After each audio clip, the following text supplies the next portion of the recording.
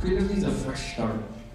If you see the picture, if you can see all the way in the back, that face is exactly what people think of Kratos right now, which is just like, ah! Like there's no like intelligent conversation that Kratos has. You just like rip your head off. Like, how do you feel? And you just rip your head off. Like there's one dimension to this character which was awesome as the anti-hero of the first game, but it didn't really grow. We didn't go anywhere with it. First day back was at Penn Station in Santa Monica. Everybody was doing prototypes, they were doing concept art, and they had kind of a pitch for Internal 7, the other game. I was very excited, partly because I had been on God of War 1, 2, and 3, so I was ready for something new. And I was very excited that it was going to be futuristic, they're going to have guns, we're going to do something completely different. Internal 7, they were in pre-production for probably close to 36 months. Shortly after that period, they needed to inherit the Ascension team and really put the pedal to the metal. This studio is the DNA of God of War. As we start to push this thing forward, you guys are focusing pretty much 100% on this other project that will be our new original IP. But yeah, the first time was getting everybody up there while they were still working on the other project. And I think it was, a lot of people were wondering what we were doing because it was a small team and it was just high vision, like what are we gonna do? And really kind of just throwing a bunch of stuff at the board.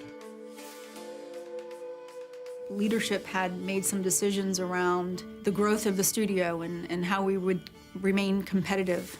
And one of those decisions was turning ourselves into what we called a 1.5 team. And that would mean that you would have 2 larger IP development going on within the roof of Santa Monica Studio, and those teams would share resources back and forth.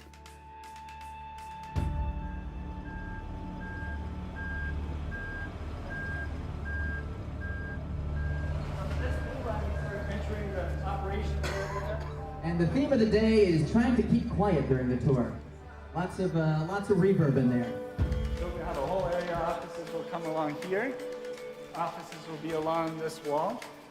Over on this side, we're gonna have the focus test room right over here. Incubation team, we just walked through the new incubation area. We have full-fledged recording studio set up. Green room for the talent that comes in to record for our games. And as you come this way, having a projection screen that will be able to come down. So we'll have our all hands. All hands in this space, again, similar to what we do in Studio A. Executive boardroom for meetings. As you're winding, you can look over the railing. It's a really different perspective on the space as a whole. That's my guide. Everyone applaud Shannon for her great tour guide work. Say hello.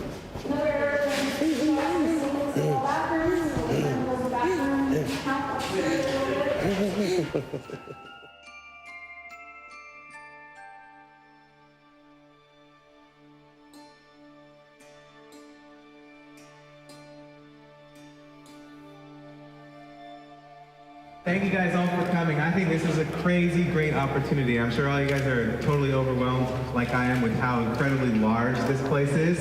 But I think it just shows that Sony has a really deep commitment to Santa Monica Studios, and we want this place to grow, and we want you guys to be someplace special.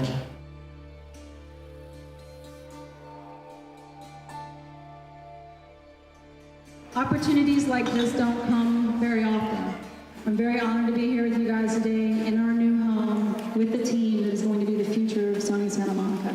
Cheers.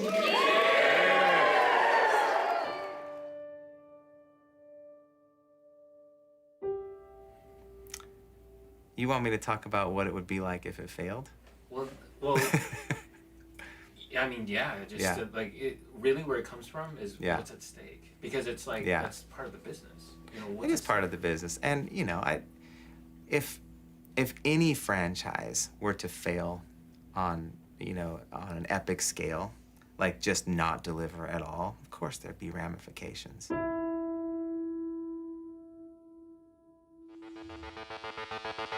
Gaiman here with IGN News. Layoffs unfortunately hit Sony Santa Monica Studio today. the Sony-owned exclusive developer, founded in 1999, is best known for its God of War games. The extent of the damage remains unclear, though there are indications that one of the projects the studio was working on has been canceled alongside this round of layoffs. Sony has provided the following statement to IGN. SCEA can confirm that we have completed a reduction in workforce at Santa Monica Studio.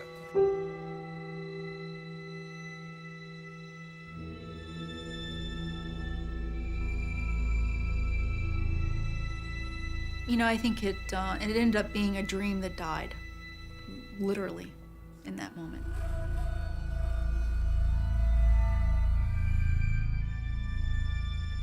It's one of the hardest things you'll ever do in development is when you sink your heart and soul into something and you realize it's not coming together the way we wanted it to. We need to shift gears and restart. That was kind of the abyss for that team. So that was pretty devastating in many ways. You know, one of the many big appeals of coming here was to work on a new IP on a small team. So I actually joined that in 17 when it was about 20 people. So that was a very, very difficult time for me. So, yeah.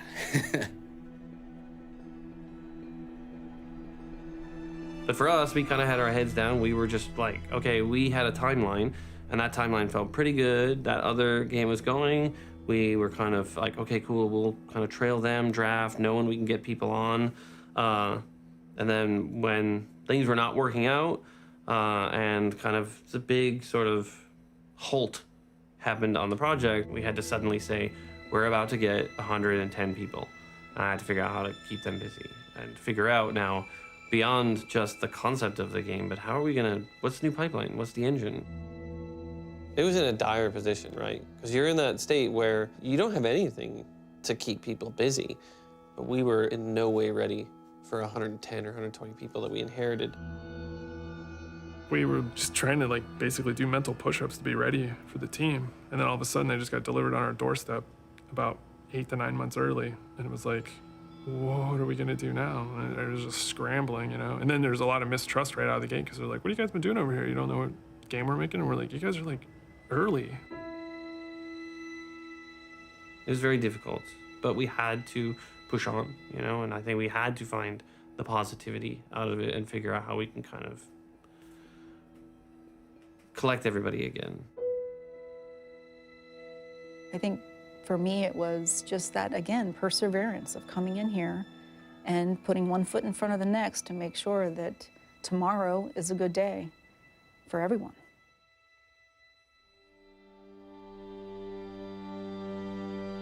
We have been through some pretty tough times here, but we are confident in our foundation and we're building on that.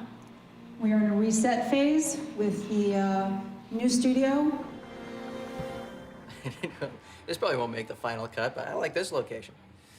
I prefer this. The new, this will all be lovely, but this is I'm fond of this place. It's pretty bittersweet. It's sad in some ways to be leaving the studio. You know, it's such a great place where so many great games are made. This big, open, collaborative space, we realized we couldn't keep it throughout the whole building and have that same feel, so moving makes sense. It feels like a new chapter. We're making a new style of game.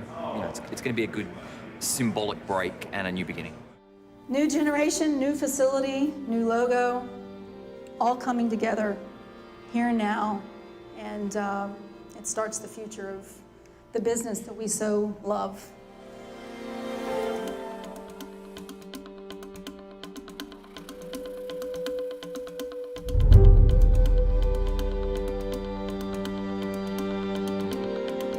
Well, the business is growing, and we feel face-to-face communication and dialogue is really critical to our collaborative nature.